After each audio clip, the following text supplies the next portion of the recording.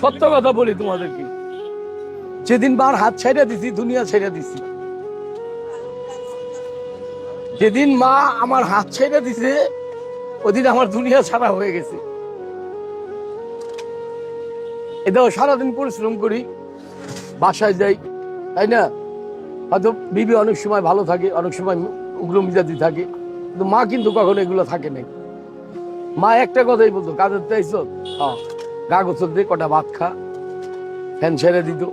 এই যত্নগুলো এখন আর ফিরা পাই না। টাকা পাই, পকেট ভরা টাকা আছে, কিন্তু এই আদর, এই ভালোবাসা এখন আর পাই না। যেটা সত্য, আমার জীবনে যেটা ঘটছে ওটাই আমি বললাম। পৃথিবীতে মারছে আপন কি কেউ না, হতে পারে না? ইম্পসিবল, কখনোই না, কোনোদিনও না। কেয়ামতের আগ পর্যন্ত এটা হবে না। এটা কেয়ামতের আগ পর্যন্ত মারছে আপন কেউ হবে না। ভাই, যে যত কথাই বলুক, মার চেয়ে আপন মানে আর কিছু হয় না, ঠিক আছে?